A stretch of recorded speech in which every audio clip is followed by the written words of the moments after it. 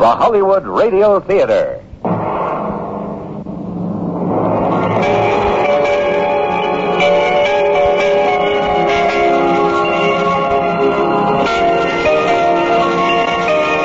Every day at this time, Monday through Friday, a J.M. Kholos Enterprises production, the Hollywood Radio Theater, presents an unusual tale of mystery and suspense.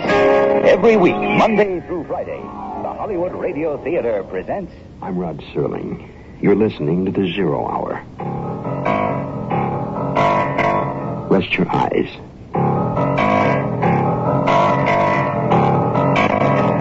Exercise your... This week, Stanton Forbes labyrinth of tropical nature. But I wouldn't want to die there. Starring Nehemiah Purcell, Brock Peters, and Marge Redmond.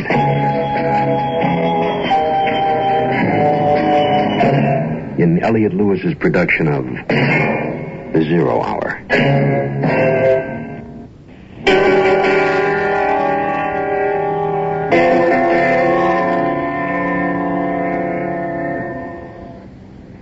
This week, we've been working on a puzzle. We began with a letter sent to a woman about to commit suicide. A letter that told of a murder. Our puzzle, then, the identity of a killer. Help arrived, but only got in the way. Pieces stuck together. Others didn't seem to fit at all. A patternless puzzle. Then a second murder. More pieces.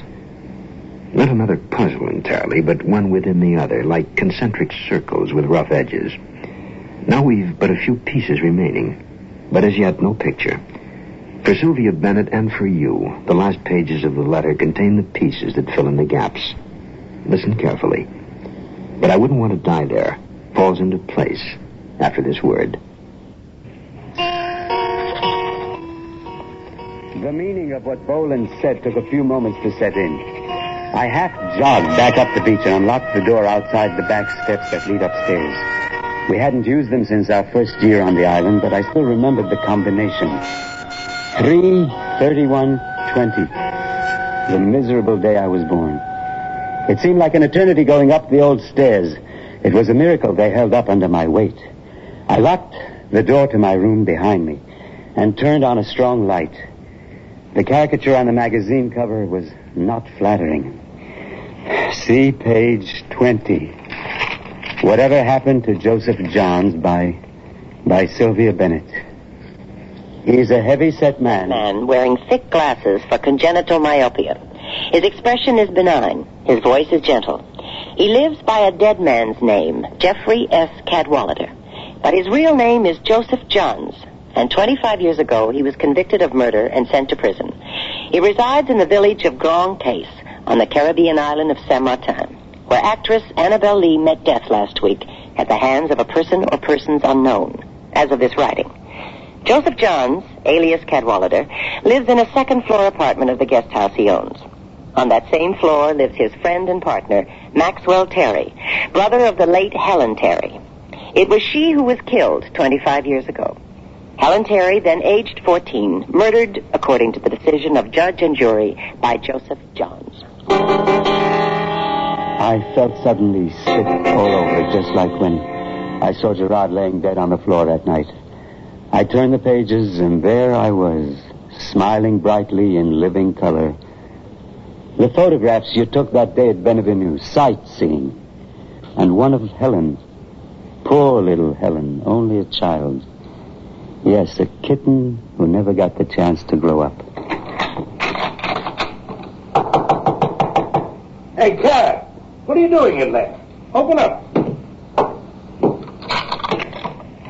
Have you seen Boland? Yeah, I saw him leave. What's with Boland? He brought me a present. Take a look. I knew there was something wrong with that woman. So you're right as usual. I should have known. What would she see in someone like me? Boy, she really dug it all up. I better get back downstairs. The both of us gone could really look bad. What can I do? Stay here. If anyone asks, I'll say you're not feeling well. The moment I locked the door behind Max, I began filling my valise. I didn't know what to take or where I might be going. All I could fit in was one suit of clothes, a toothbrush, razor, and lens cleaner. I almost packed my sleeping pills, but at the last moment reconsidered and left the vial on the desk. I took one to calm my nerves. I thought about destroying the magazine, but by morning there would be copies all over the island anyway. So to pass the time, I read. It was nearly 3 o'clock when I heard the door. Dad, it's me, Max. I got it all worked out. It'll take a little time. How much time have we got? Enough. Now listen carefully. I know a guy with a boat who owes me a favor. For the right price, he'll get you off Saint-Martin. Now, turn out the light. One of Leclerc's men is hanging out across the street. I don't want him to see me leave. Leave? Where are you going? Out to make arrangements with Hippolyte, the guy with the boat. All right, Max, go down the back steps. I opened the door and didn't put the lock back. Good.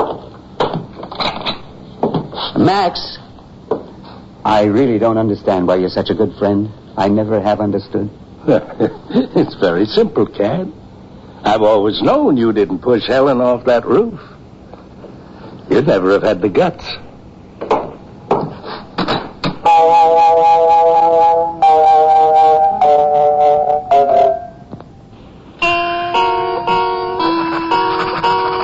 I heard the station wagon pull away and listened for a car to follow, but none did. Max had managed to slip away. In the bureau drawer, I found the whiskey I kept for, bitter nights, and I took a long swallow from the bottle. Then I waited. I must have dozed off because I didn't hear anyone come up the stairs, but somebody was knocking quietly at the door. Mr. Card, it's Alphonse. I got to talk to you, Mr. Card. Let me in, please. Mr. Card, you come with me. Alphonse, what are you... My brother Oliver has something to tell you. Something he's seen. Something he's seen? Yes, he will tell you. He has a way. He says, bring you. He says, you are kind to him. You smile to him, you wave to him. Come with me now, please. The house was dark when we got there. Someone, Alphonse's mother, I think, lit a kerosene lamp when we got inside. When my eyes adjusted to the light, I could see blankets tacked over the windows so no one could see in. Oliver was there, and Therese, and Eloise, and Michel Bousquet. Monsieur Card. Hello, Mrs. Tabor, friends. The tourist Bolland has been making trouble for you. You know, then. We do not believe what he says. We have been thinking what to do about it. And as we talk, we find Oliver here knows something he has not told. What is it? Tell Mr. Card now, Oliver. The sun? Oh, a hill. A point? Molly Smith Point. Oh, you were on Molly Smith Point when Annabelle... What is he saying now? He was gathering firewood for the kitchen stove. Yes, go on, Oliver. A boat? Who? Who was in the boat? Did you see? Did you recognize? A long face. A beard? A man... Max? No, there must be some mistake. Max was in Puerto Rico. I took him to the airport myself the day before. He says he makes no mistakes. They didn't see him, but he saw them. Not Max. No, why, anyone else, but... We know how you feel, Mr. Card. He is your friend. No, I can't believe it. But then I had to believe it. At that very moment, Max was out arranging for my escape with a man in a boat who owed him a favor. He could have killed Annabelle Lee by accident. Maybe just lost his temper and hit her once. But no, I saw her. It was more than once. And Gerard, too. But why? How could Gerard have known? Only if he discovered Max hadn't really gone to San Juan. The ticket manager at the airport, that same man I had seen hustling out of Leclerc's office, Emmanuel Patterson. I had to hear it from him. I told you, I don't know any Max Terry. A week ago, yesterday.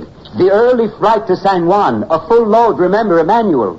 I am the new ticket manager. That was my first day. Yes, but there was a line at your ticket counter, Emmanuel. A woman with a dog in a crate. And Robert Tolliver, who gave you a rather hard time, as I recall. And then there was a fellow with a beard.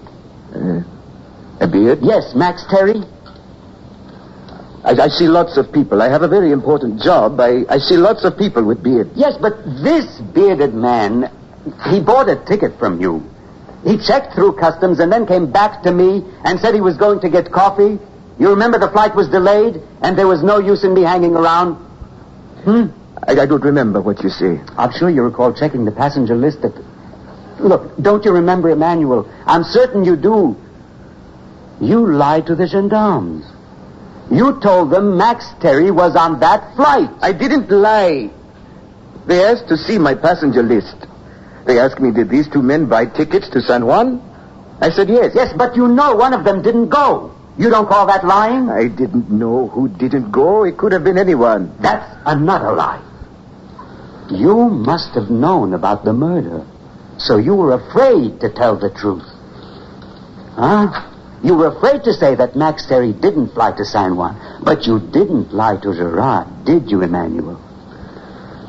No. I told Gerard. He was my friend. He said not to worry. He would see I didn't get in trouble. I didn't know if it was my first day. You don't know how hard it is for an island man to get a good job. And then when Gerard... Thank you, Emmanuel. I'm sorry it turned out like it did. It's almost over now, don't worry. Your job is safe. And Emmanuel, thank you for the truth.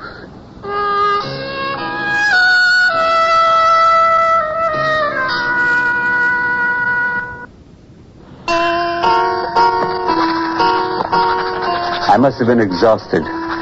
What with the sleeping pill and all the excitement, when I woke up, I was sitting in the chair. I heard the door close behind me. Everything's set. Hippolyte's got the boat in the bay. You'll have to wait out to meet him. You ready? No, Max, I'm not. What do you mean? I'm not ready because I'm not going. You are, Max. Me? Why should I go? Max, there was a witness. Someone saw you meet Annabelle Lee by Molly Smith Point. Why, Max? Why didn't you get on that plane? Patterson, huh? He told you. Not Patterson. Don't ask me to tell you who saw you because I won't. And if you don't get in that boat with Hippolyta and go, I'll take my eyewitness and pay a visit to Leclerc. You'd tell the gendarmes? After all I've done for you? If you leave me no other choice, I'm no martyr. I thought you were in the beginning. Then I found out you were just blind and dumb. What do you mean by that? I mean I picked you out all those years ago. Joseph Johns, Mr. Nice Guy. Mr. Fat, Rich, Nice Guy. All those speeches about how you were like a brother to me, you ate it up like candy. A 10-cent sucker. Max, where were you the morning that Helen died? I was down at the docks, don't you remember? Where were you really? Well, now, if we're going to play 20 questions, I need a drink. There's a bottle over at the bureau. Help yourself. You know, Max, I heard Helen scream. I can still hear it. She was gone by the time I reached the roof. No one was up there. But somebody could have been hiding. There was a chimney. I wouldn't have known. My glasses were much weaker.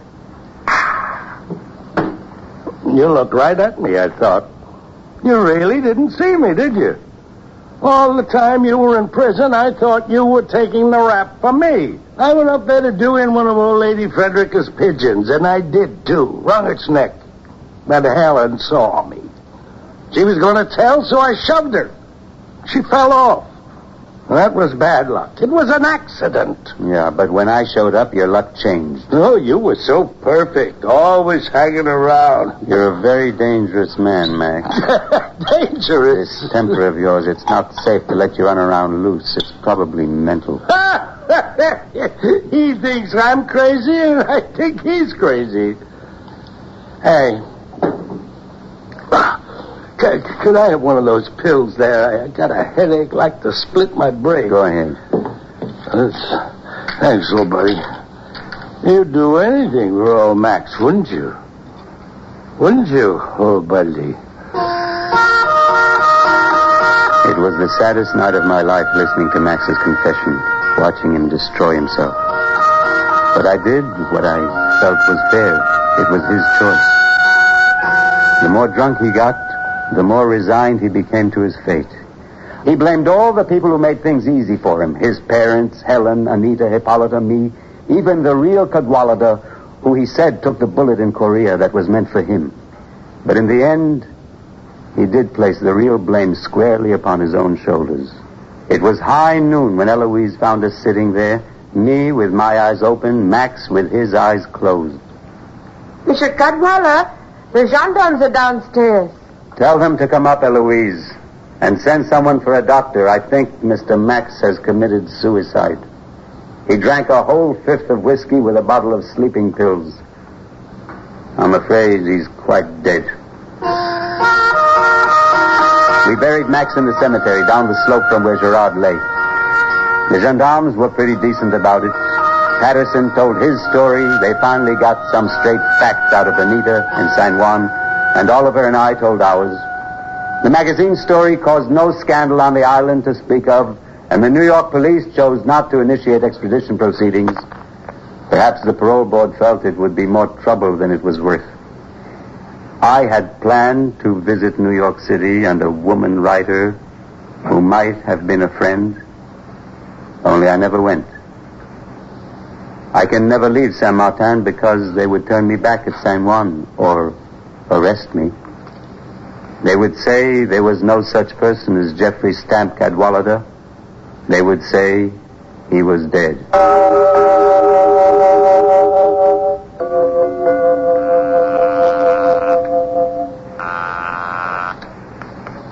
Hello? Hello, Carl? Sylvia, I've been trying to reach you all day and night. Honey, I'm sorry about this morning. Let's have coffee. Oh, I haven't got the time. Something wonderful has happened.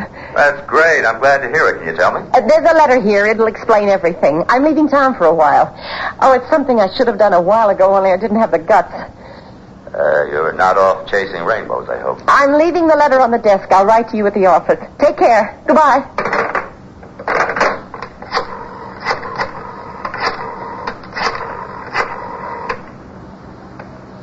I'd like to make a reservation for one on your next flight to Saint Martin. The last name's Bennett. That's B-E-N-N. Perhaps it is a woman's prerogative to change her mind. Sylvia Bennett, a woman intent on committing suicide, found someone to live for. But for Carl Towers, life on Madison Avenue goes on unaltered. It's February, 1 month after the call from his former wife, informing him of her latest change of heart. Miss Jenks, has Keller's copy on the Summit Talks come in? No, sir, it hasn't.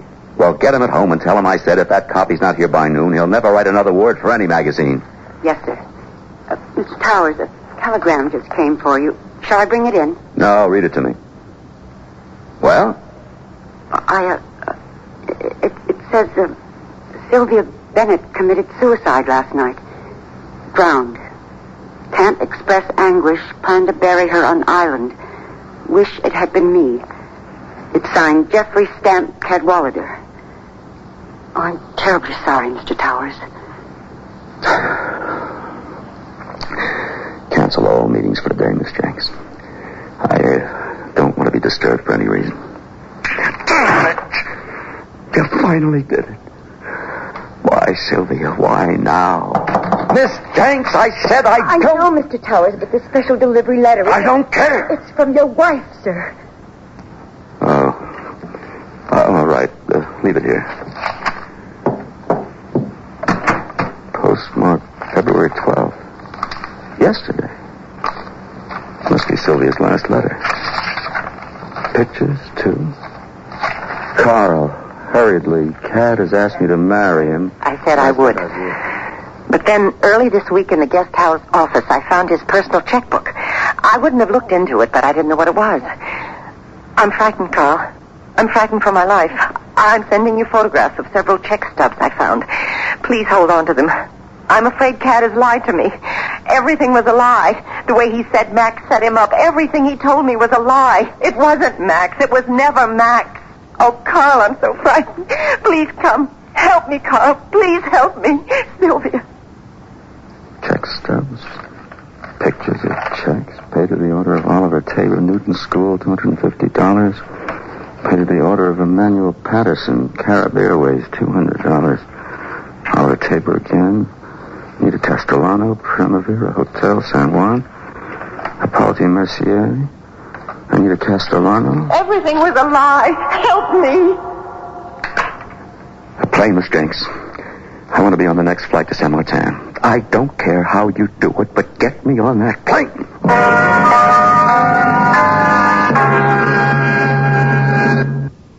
That concludes this week's production of The Zero Hour. Stanton Forbes, but I wouldn't want to die there. Next week, we'll begin another exciting dramatization of a tale of mystery and suspense. We'll tell our story in 5 days, at the same time Monday through Friday. So on Monday, rest your eyes and listen here to The Zero Hour. You've been listening to the Hollywood Radio Theater's presentation of The Zero Hour. Heard every weekday at this time. Rod Serling is your host. Stanton Forbes, but I wouldn't want to die there, was adapted for radio by Kim Weisskopf. Nehemiah Persoff was Cad. Brock Peters was Leclerc. And Marge Redmond was Sylvia. Featured in the cast were Alan Reed, Nadie Norman, Chester Hairston, Kim Hamilton, Herb Jefferson, Herbert Rudley, and Kay Stewart. Zero Hour is produced and directed by Elliot Lewis. Jack Myers is executive producer. Rochelle Sherman, associate producer. And Kim Weisskopf, story editor. Music conducted and composed by Stanley D. Hoffman. The Hollywood Radio Theater theme was played by Ferranti and Teicher and is now available on United Artists Records and Tapes. This has been a J.M. Kholos Enterprises production. Hugh Douglas speaking. Tune in Monday, and once again, Rest your eyes and listen here to The Zero Hour.